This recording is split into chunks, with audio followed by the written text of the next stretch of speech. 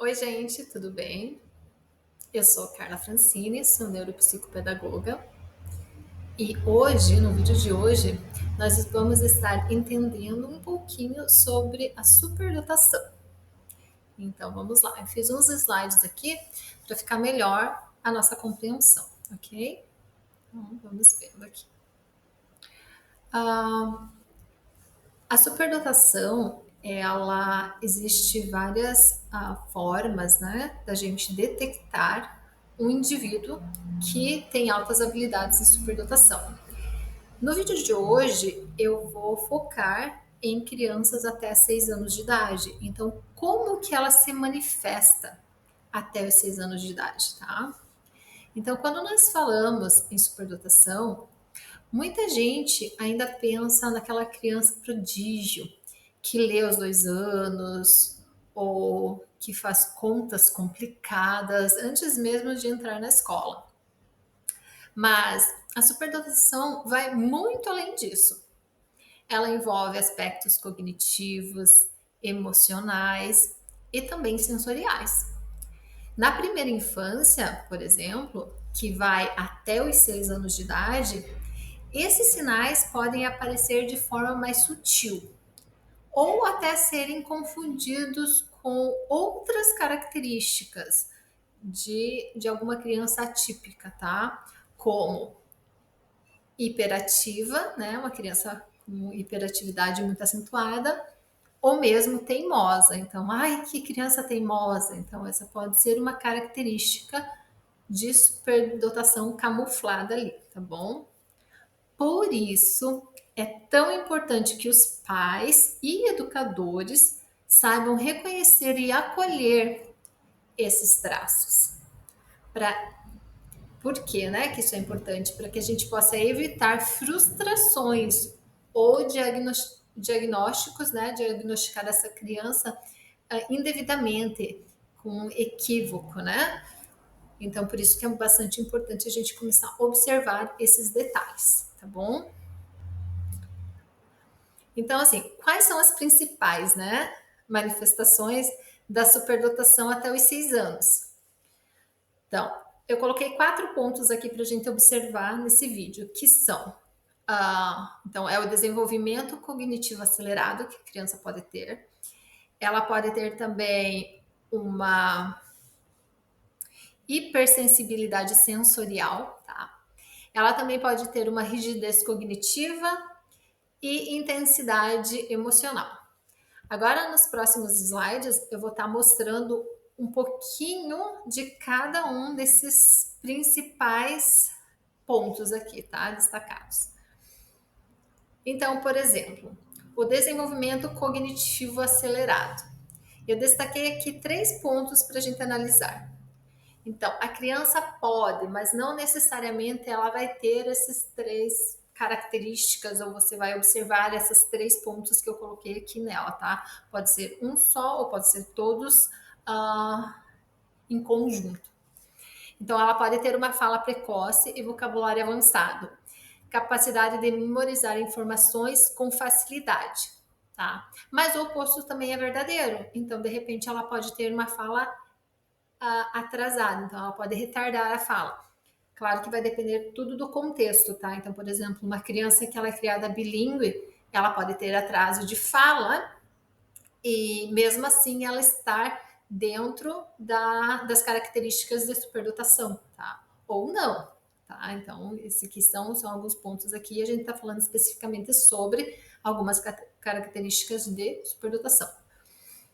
Outro ponto que a gente vai analisar dentro do desenvolvimento cognitivo acelerado é a curiosidade intensa. Então, por exemplo, ela faz muitas perguntas, elas querem entender tudo o que está acontecendo, ela pergunta por que de tudo. Então, também esse é um ponto para a gente observar bastante, tá? Se a criança ela tem essas características assim bastante curiosa, né? A outra característica, então, aqui que a gente deve prestar atenção é os interesses por assuntos, por assim dizer, fora da faixa etária, fora da caixa, sabe? São assuntos assim que para criança daquela idade não é muito comum ela ter esse interesse.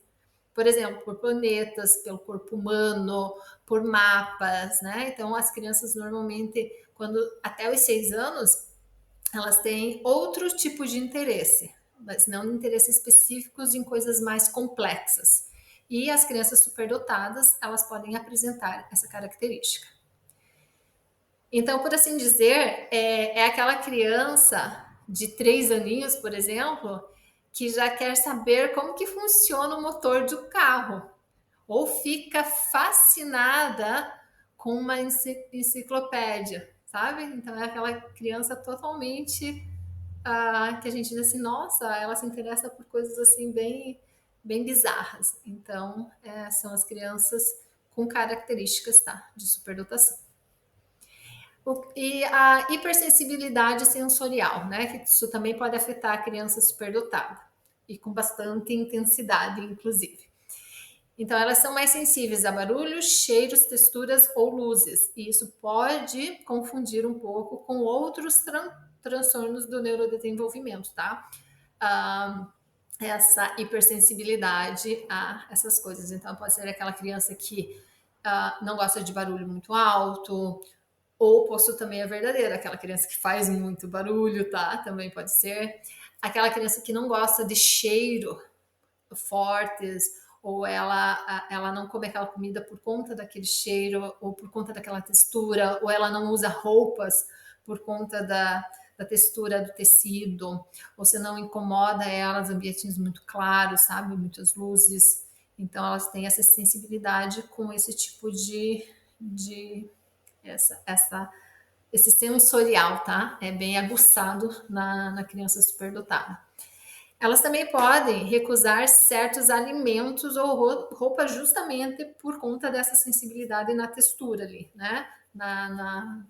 No tecido da roupa ou na textura da comida mesmo, né? Então, por exemplo, a gente vê muito relato de mães falando que a criança ela não come coisas muito moles, por exemplo, gelatina, sabe? Esses caldos assim, que são molenguinhos, ou mesmo verduras, né? Por conta da textura da própria verdura, da alface, por exemplo, ou alguns legumes, então a criança não consegue comer. Tem crianças que carne também tem dificuldade na alimentação com carnes por conta da textura. Elas também têm um radar muito aguçado para detalhes do ambiente. Então, por exemplo, elas estão num ambiente e elas conseguem observar todos os estímulos que tem nesse ambiente. Então, não é aquela criança que ela foca só no todo, ela foca no todo e nas particularidades de cada ponto desse ambiente, sabe? Ela consegue detectar tudo. Por exemplo, aquela criança que ela saiu de casa, ela deixou aquele brinquedo num determinado lugar no quarto e quando ela chegou em casa, alguém foi lá e mexeu naquele brinquedo, ela vai perceber que não está mais no lugar onde ela deixou. Então, ela é muito observadora. São características, gente, aqui, tá? Aí eu coloquei aqui uma frase, né, para a gente poder relacionar isso. Então, como quando um simples rótulo na camiseta incomoda tanto que a criança não quer mais usá-la. Então, quem nunca passou por isso, né? Do filho não querer colocar aquela camiseta, não se recusar e não entender por quê, é por conta de que tem aquela etiqueta que está incomodando ele, né? Gente, que fique bem claro aqui nesse vídeo que isso aqui são características para a gente analisar, tá? Isso aqui não é um diagnóstico e eu não estou dizendo que todas as crianças que têm essas características são superdotadas, mas são pontos assim para vocês pais, principalmente professores, começar a analisar e destacando e cuidando e de repente fazer um encaminhamento para um profissional que possa realmente detectar essas e comprovar, né, de fato, se essas características chegam à superdotação, ok? Próximo ponto aqui é a rigidez cognitiva. Então, crianças com tendência a querer que tudo seja do seu jeito. O jogo tem que ser do jeito dele, mesmo que esse jogo ele tenha uma regra, mas essa criança quer fazer a regra dela para esse jogo e tem que jogar do jeito dela, senão ela para de jogar. Dificuldade de aceitar mudanças de rotinas. Então, também essa rigidez que tem que ser sempre naquele horário, daquele jeito, sabe, naquele cronograma. Também essas crianças elas têm dificuldade de fazer uma mudança nesse quesito, tá? Também pode ser confundido com outros transtornos do desenvolvimento. Preferências por regras claras. Então, assim, eles gostam de pingos nos is. Tem que ser daquele jeito, o i tem que ter o pinguinho, senão tá errado. Porque a gramática diz que o i vai o pinguinho em cima. Então, se tu escrever o i sem o pinguinho, porque tu esqueceu alguma coisa, ela vai ficar muito irritada, ela vai se desregular, vai dar problema, ok? Então, o que é importante destacar aqui? Essa rigidez, né, essa teimosia, por assim dizer, não é birra. É uma tentativa da criança de ter mais controle sobre o mundo que ela percebe de forma muito intensa e de forma diferente, às vezes, né? Das pessoas ditas normais, né? Das pessoas típicas. Então, a intensidade ali fica a flor da pele, sabe? Intensifica muito essa capacidade de percepção do que está ao seu redor e do mundo. Intensidade emocional. Então, vamos destacar aqui, né, para a gente observar as reações emocionais dessa criança normalmente são mais fortes, tanto para alegria quanto para tristeza ou frustração. Então, tudo nela é intenso, demais da conta. Então, por um simples sorriso, ela vai ficar muito feliz, ou por um simples empurrão, por exemplo, esbarrou nela sem querer, ela vai ter muita tristeza, sabe? Então, é tudo muito, né? Ok? Ela também tem dificuldade para lidar com frustrações pequenas, né? Então, por exemplo, assim, se ela erra uma letra, né? Ou se ela fala um número errado, então ela vai ter uma tendência de ficar pedindo desculpa, se desculpando, mas ela não está se desculpando para você, ela está se desculpando para ela mesma, porque ela não aceita que ela errou aquilo que era tão simples. Então, essa frustração leva ela ao desespero muitas vezes, tá? E ela também pode ter um alto grau de empatia desde cedo. Então, ser aquela pessoa que vê que a outra criancinha caiu, né? Ela vai lá, corre tentar levantar e ajudar, sabe? Então, ela tem essa empatia de solidariedade, muitas vezes, com o próximo, tá? E não necessariamente da mesma idade, com adultos, com outras crianças, com adolescentes, né? Com todas, com qualquer tipo de pessoa ou os animais mesmo. Então, é uma criança que normalmente ela mostra essa empatia no dia a dia, na vivência dela, ok? Muitas vezes os pais ficam sem entender por que ele ficou tão abalado com algo tão simples, né? Essa criança. Mas é porque a criança realmente sente com muita intensidade. Então, ela vai demonstrar tudo aquilo que ela está sentindo ali.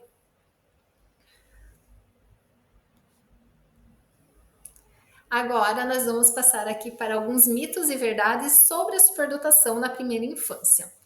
Então, nós temos aqui que dizem, né? Nem toda criança superdotada fala cedo, mas muitos demonstram outros sinais antes da fala.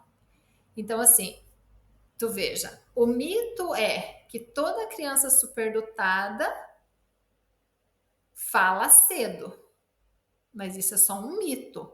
Por quê? Porque nem toda criança superdotada vai falar muito cedo, mas ela vai mostrar outros sinais, tá?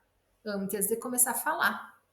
Ela pode estar falando de forma não verbal, mas ela está falando com você, tá bom? Outro mito aqui, tá?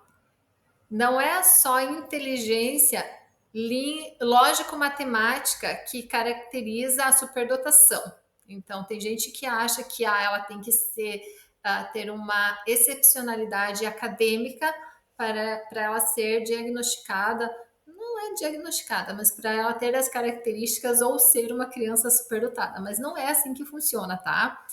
Talentos artísticos ou motores também podem estar presentes. Então, às vezes a criança ela não é tão boa em na parte acadêmica de linguagem e matemática, mas ela é boa, ela canta ou ela dança, né, na prática de esportes, ou ela pinta muito bem, ou desenha muito bem, né? Eu já vi crianças de 5 anos que pareciam estilistas, que desenhavam maravilhosamente, assim, muito bem.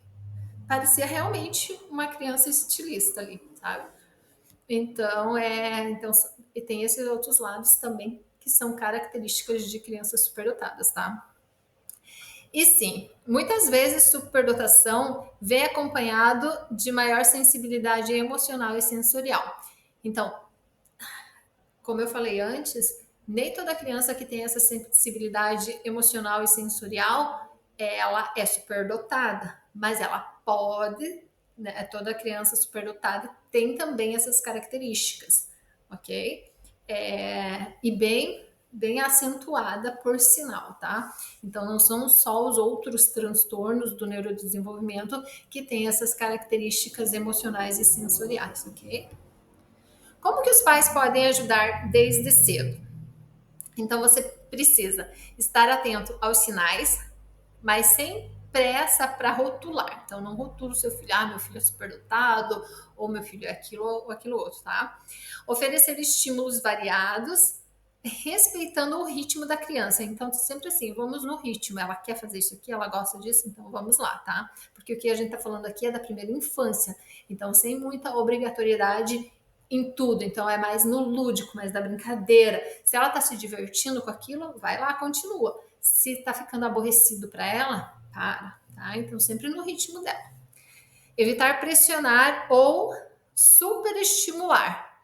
Então, também, exigir demais. Se a criança está indo bem naquilo, mas ela pede mais e aquilo está dando prazer, vá lá, continua. Agora, se você vê que se puxou demais ela, dá uma segurada, vai com calma, tá? Acolher as emoções ensinando a nomeá-las. Então, às vezes, a parte da emocional, né, é tão grande que a gente não sabe lidar. Então, você tem que ensinar ela a reconhecer o que ela está sentindo e acolher ela, dizer que tá tudo bem, dar um abraço. Toque é muito importante nesse momento, sabe? Ela se sentir protegida, que ela tem alguém ali que vai proteger ela. E sempre ensinando ela a se autorregular. Esse é um tema para outro vídeo, né? Mas só para vocês entenderem aqui que é bom a gente sempre estar acolhendo essa criança, tá? Principalmente nós pais. Procurar profissionais especializados caso perceba o sofrimento ou dificuldades de adaptação. Então, se está ficando difícil para você adaptar essa criança, fazer o seu melhor, busque ajuda, né? Por isso temos tantos profissionais aí no mercado que possam nos ajudar. Dica: lembre-se, mais importante do que acelerar o desenvolvimento é garantir que essa criança cresça segura, amada e compreendida. Então, não pule etapas, tá? Primeiro, faça com que ela se sinta segura, dê muito carinho, valide as emoções dela, para ela se sentir amada. E depois comece esse estímulo, sabe? Porque aí ela vai dizer assim: eu posso confiar nessa pessoa, essa pessoa está do meu lado, né? Então, isso é bastante importante. Aqui eu vou deixar um pouquinho sobre mim, se vocês conseguirem ler aí. E enquanto fica essa mensagem sobre quem sou aí, eu queria saber de vocês. Você conseguiu se identificar ou identificar alguém, alguma característica sua, do seu filho, da sua filha, algum desses sinais aí, alguma característica dessa, você relacionou com alguém conhecido ou com você mesmo, né? De repente. Se sim, deixa aqui nos comentários, vamos conversar, trocar experiências, né? Eu adoraria saber qual foi a sua experiência dentro disso, o que você já tentou, o que você não tentou. No próximo vídeo, nós vamos falar sobre um dos pontos mais importantes, tá? Então, aqui eu vou trazer uma série de vídeos sobre superdotação, tá? Então, no próximo, nós vamos falar então sobre um assunto bastante importante, como lidar com a hipersensibilidade sensorial das crianças superdotadas, tá? Porque nessa série aqui é só superdotação. Ok? Você não pode perder, inclusive, fique atento aí que logo ele vem. Então, se você não é inscrito, né, e ficou até aqui, já aproveita e se inscreve no canal, ativa o sininho das notificações, compartilha com quem você acha que precisa desse conhecimento, tá? Vários pais podem se beneficiar, e não somente eles, professores também, né? Se beneficiar dessas dicas para começar a prestar atenção nessas crianças que às vezes são tidas como teimosas, né? Como a gente viu no começo, para que a gente possa desempenhar um trabalho de real inclusão, né? Porque essas crianças também precisam do nosso acolhimento, da nossa ajuda, e a gente precisa tratar elas da forma que o cognitivo delas que a gente vai auxiliar esse cognitivo delas, né? Para que elas desenvolvam e desempenhem um trabalho ainda melhor, né? Então, eu queria deixar aqui o meu muito obrigada por nos acompanhar até aqui e espero vocês no próximo vídeo. Tchau, tchau.